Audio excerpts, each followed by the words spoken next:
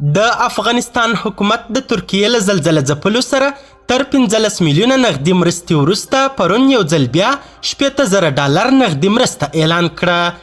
د ترکیې او سوریې د زلزله ځپلو مړو شمیر تر 45,000 واوښت.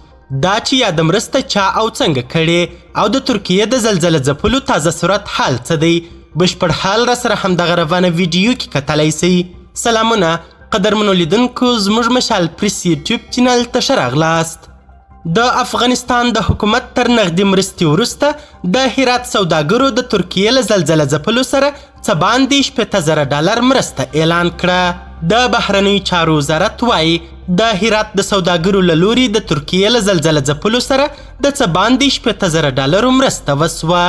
د بهرنیو چارو وزارت ویاند عبدالقهار بلخي په خپل ټویټر پاڼه کې لیکلي، په هرات کې د اسلامي امارت د والي او د بهرنیو چارو وزارت د نمایندګۍ په همکارۍ د هرات ولایت د ملي سوداګرو لخوا د ترکیې له زلزله ځپلو سره څه باندې $80,000 مرسته وسوه.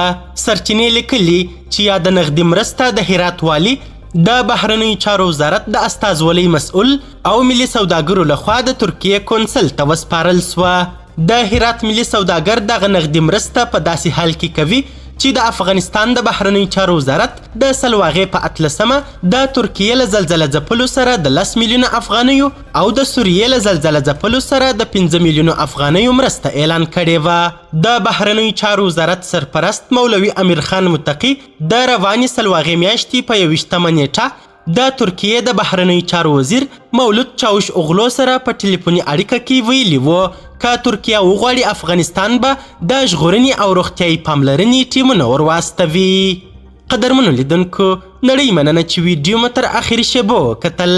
د لا زیاتو او نورو لحظه پر لحظه خبرې مطالبو لپاره زموږ همدغه مشال پریس یوټیوب چینل حتما سبسکرایب کړئ. تر بیا او بلې ویډیو ښه وخت ښې چارې. د الله پامان.